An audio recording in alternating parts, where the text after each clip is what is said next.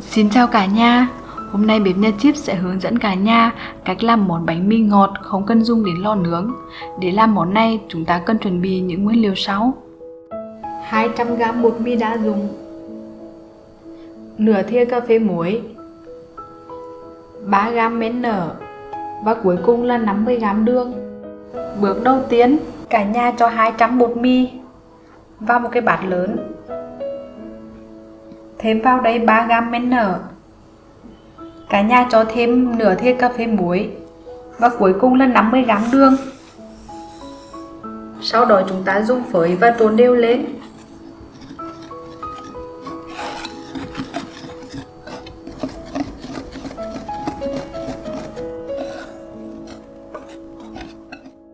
Sau khi đã trộn đều các nguyên liệu với nhau xong, cả nhà cho vào đây 120ml nước ấm.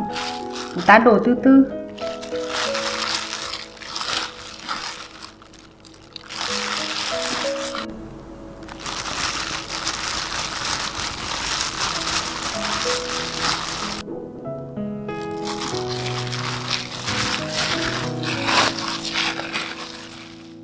Khi cả nhà nhớ là cho cái phần nước vào và cái bột của chúng ta nó hơi nhão như thế này thì mình sẽ nhồi thêm khoảng là 10 phút. Chúng ta nhồi từ ngoài vào trong.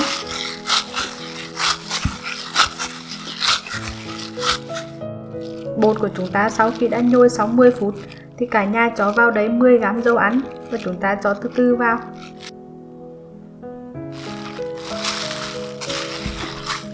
Sau đó cả nhà nhồi, dùng tay nhồi đều lại. Và chúng ta sẽ nhồi thêm khoảng 1 phút nữa thì dừng lại.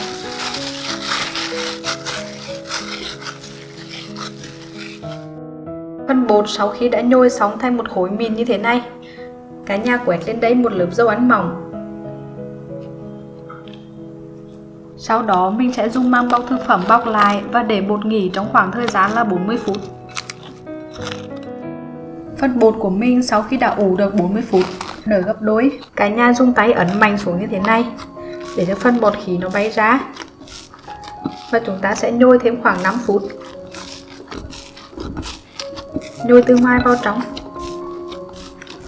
Trước khi chúng ta nhồi bột thì cả nhà nhớ là rửa tay sạch sẽ chúng ta sẽ nhồi, bởi vì là phần bột này khi mà nhồi bằng bao tay rất là khó. Bột sau khi đã nhồi xong 5 phút thì cả nhà lăn thành một cái hình dài như thế này. Sau đó dùng dao cắt bột, chia bột thành 6 phần bằng nhau.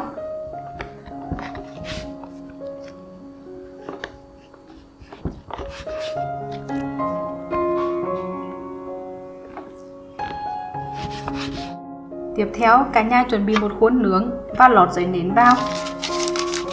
Sau đó chúng ta dùng dầu ăn quét đến cái phần thanh của cái khuôn này. Những cái cục bột nhỏ này cả nhà gấp lại như thế này. Sau đó chúng ta vo tròn lại như thế này rồi thì cả nhà đặt vào cái phần khuôn bánh.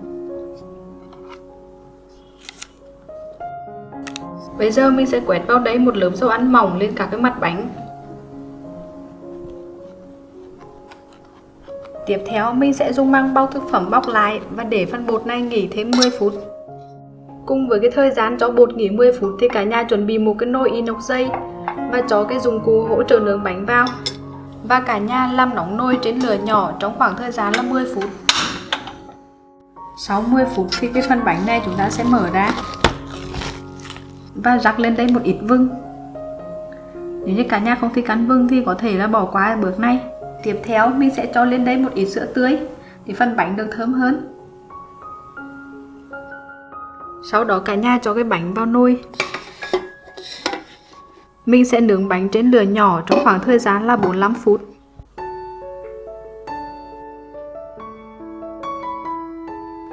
Bánh của mình sau khi đã nướng được 45 phút mình sẽ lấy bánh ra.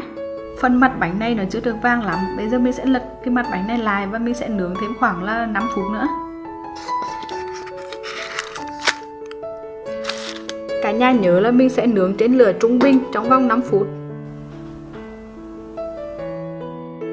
Bánh của mình sau khi đã nướng được 5 phút, bây giờ mình sẽ cho bánh ra ngoài. Bây giờ mình sẽ lật cái phần bánh này lại.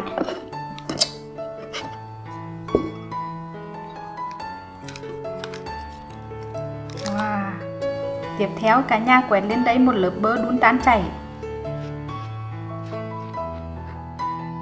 Vậy là món bánh mì ngọt của bếp nhà Chip đã hoàn thành xong rồi. Bây giờ bếp nhà Chip xin mời cả nhà cùng thưởng thức.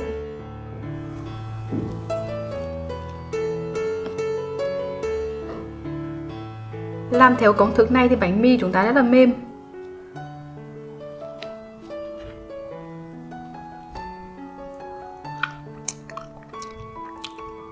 Cả nhà thấy món ăn này như thế nào? Hãy để lại góp ý ở bình luận để bếp nhà Chip hoàn thiện hơn. Cảm ơn cả nhà đã xem video của bếp nhà Chip. Nếu cả nhà cảm thấy hay thì hãy like và chia sẻ video. Và đừng quên nhấn đăng ký kênh để theo dõi video mới nhất của bếp nhà Chip. Hẹn gặp lại cả nhà trong những video tiếp theo.